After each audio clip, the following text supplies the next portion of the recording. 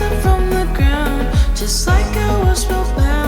guys, it's your girl Cheyenne from Plant My Happy Space. Welcome back to the channel. If you're not already, please subscribe. I would really appreciate it. I want to keep seeing more of you guys, and hopefully you want to see some more of me. You can also follow me on Instagram at Plant My Happy Space. The link is in the description below. Before we get to what the actual video is, I wanted to put it out there that I'm thinking about doing kind of a get to know me style Q&A video. So if you've got any questions that you want to know or you think other people might want to know, please leave them in the comment section or DM me on Instagram. Either way, I'll take them and I'll put them in that video. I just want you guys to get the most out of this experience. So whatever you want to know about me, I am an open book. So have at it. Now today, what we're going to do is wrap up the end of the month with all of the plants that I got in the month of May. Yeah, we're in May. Yes, May. I'm so backwards on my months right now. Time is just not a factor in my life at this moment.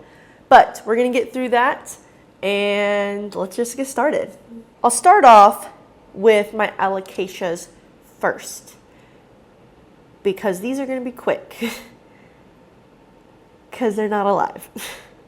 If you watched my last video where I did an unboxing from some plants from Indonesia, you will know that I purchased an Alocasia dragon scale and an Alocasia Frydek variegated. And guess what? They both showed up in bad condition. I did what I could to save them, but there wasn't much I can do. I found rot on both of the bulbs themselves, and with Alocasias, if the leaf falls off, you can save it. If it's got some root rot, you can save it. The likelihood of being able to save an Alocasia once it has rotted all the way to the bulb is very slim. I still tried, but they turned mush within a day. There's no saving those, unfortunately. I did purchase them this month, so I'm mentioning them, and it's also an update from the last video if you guys want to know how some of the plants are doing. Those two, gone. But I technically did receive them this month, so here we are. Now, moving on to philodendrons. The first one I got this month was from that same video with the plants from Indonesia, which is a Philodendron Florida Beauty. Now, upon further inspection, when I took the plant and inspected its roots, it technically did not have actual roots. It had aerial roots, but it did not have, water roots or soil roots, anything that I could actually pot it up. So most of the leaves died off. I've got like a smidgen left of one leaf that I cut off all the black and I'm hoping stays on. But I do have just the regular stems in here, and I'm trying to grow some water roots so that I can pot them up. And it looks like I will probably be able to save these. It's going to be a long road ahead, but hopefully it'll be worth it. The next one I got is a Philodendron Black Majesty, and I was super excited to get this one. I've been really into, black and dark red and all these kind of like really intense foliage, so I had to have this one in my collection. I love it. The stems are like a really dark burgundy, almost black. And I like the leaves. It's like this really dark reddish green, almost black. So they really like tickle my fancy. And the bottom of the leaves are a really dark burgundy, almost black to match the stems. And I was really excited to get this one into my collection.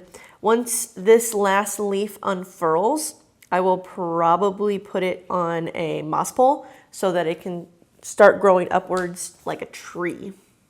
The next one is a Philodendron Macaulay's Finale, I think is what it's called. I really like it. It kind of reminds me of a Prince of Orange, except it keeps its coloration a little bit longer from what I can tell. But it's got these beautiful reddish orange leaves that eventually fade to a green. And this is just super pretty. I had the Prince of Orange, but I wasn't the biggest fan of it because it didn't maintain the coloration long enough for my liking. So I felt like this was kind of like the perfect alternative. It's got bigger leaves and it also maintains its coloring much longer. Okay, moving on to Monstera. This is the last plant that I got from the plant unboxing that was last on my video from Indonesia. And this is literally just a stem. All of the leaves fell off and it has no roots. So this was supposed to be a Monstera Aria, which is like the green and yellow variegated Monstera. And it's super pretty and it's kind of hard to get. So I was super excited to get it, but I don't even know if it's gonna make it with no foliage and no roots, not even aerial roots. It's gonna be definitely a tricky one. A rare Monstera that I got this month that is alive and thriving is this very, very immature Albo Monstera. And I was so excited to get it. It is just a node cutting that I've been rooting, and since it's rooted, it put out 2 leaves. They're a little bit deformed just because it's super immature and it's just a node cutting, which is pretty common when you're growing plants from essentially nothing, especially a node cutting. It had a very, very long aerial root, but it hasn't really gotten a super significant kind of water root. So when it's a little bit more stable with some better roots, I'll also put it up. All right, so the last Monstera I got this month is my Monstera Peru.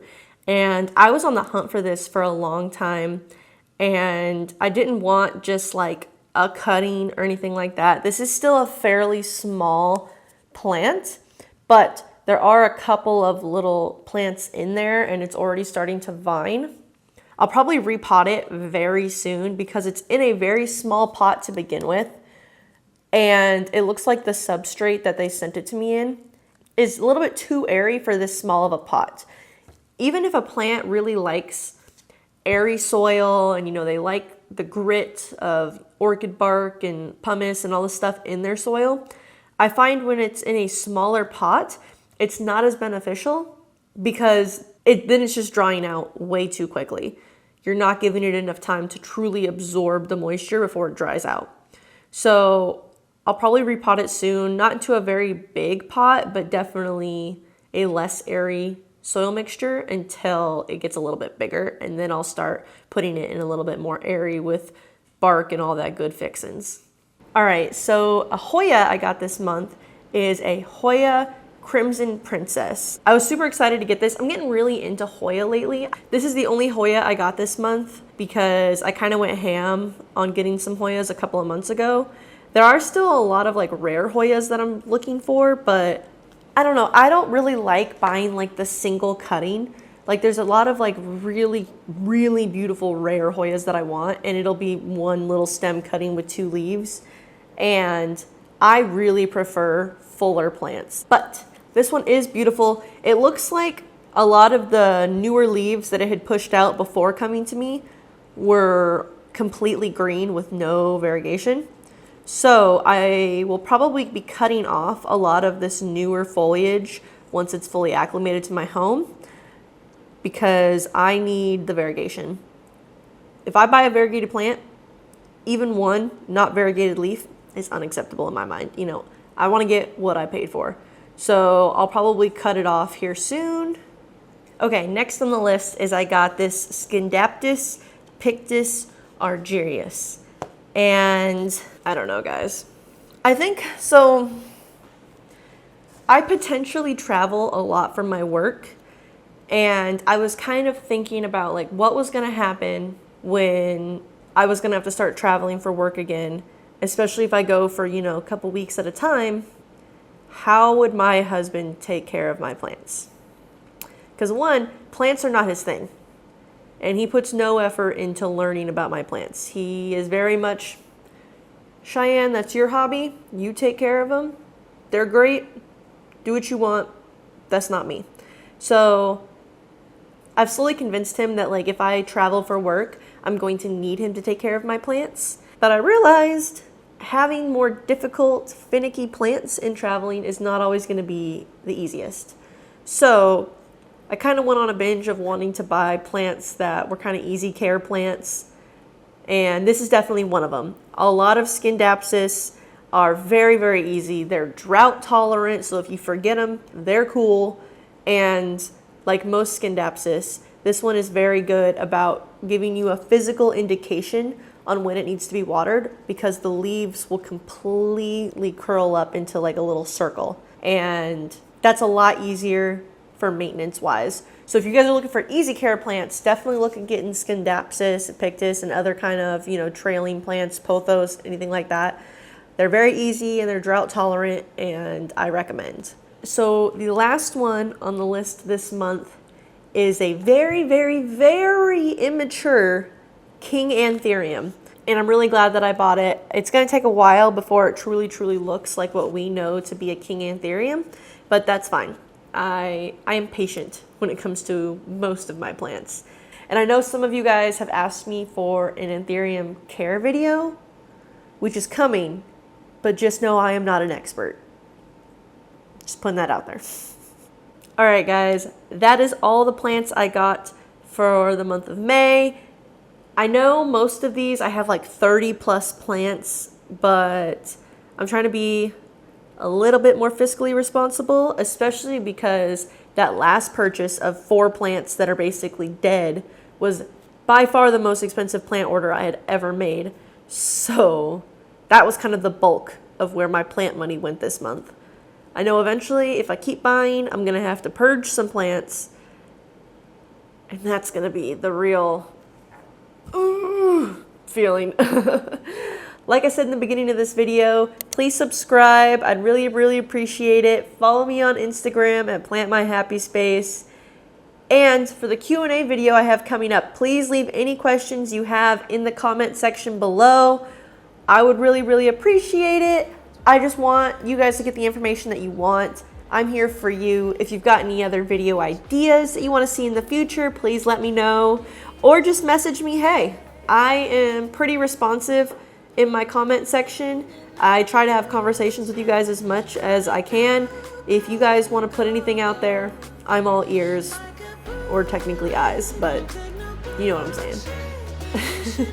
All right, guys, I'll see you in the next video. Until then, peace out.